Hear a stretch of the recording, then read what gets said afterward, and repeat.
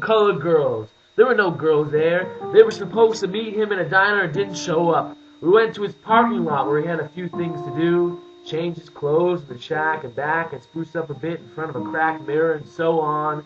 And then we took off. And that was the night Dean met Carlo Marx. A tremendous thing happened when Dean met Carlo Marx. Two keen minds that they are, they took to each other at the drop of a hat. Two piercing eyes glanced into two piercing eyes. The holy con man with the shining mind, and the sorrowful poetic con man with the dark mind, and his Carlo Marx. From that moment on, I saw very little of Dean. I was a little sorry, too. Their energies met head on. I was a lout compared. I couldn't keep up with them. The whole mad swirl of everything that was to come began then.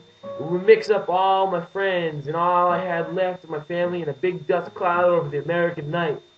Carlo told them of old Bull Lee, Elmer Hazel, Jane, Lee in Texas growing weed, Hassel on Rikers Island, Jane wandering on Times Square in a Benzedrine hallucination with her baby girl in her arms and ending up in Bellevue. And Dean told Carlo of unknown people in the West like Tony Snark, the club-footed poo hall, rotation shark, and card player and queer saint. He told them of Roy Johnson, Big Ed Uncle, his boyhood buddies, his street buddies, his innumerable girls and sex parties and pornographic pictures, his heroes, heroines, adventures. They rushed down the street together, digging everything in the early way they had, which later became so much sadder and perceptive and blank.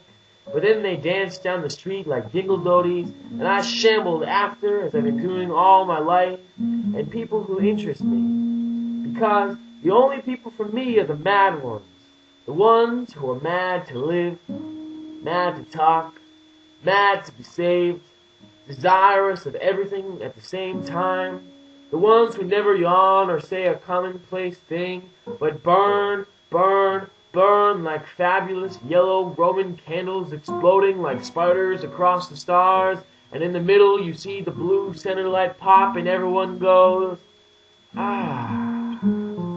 What do they call such young people in Goethe's Germany?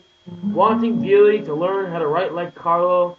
The first, Dean was attacking him with a great amorous soul such as only a con man can have. Now, Carlo, let me speak. Here's what I'm saying.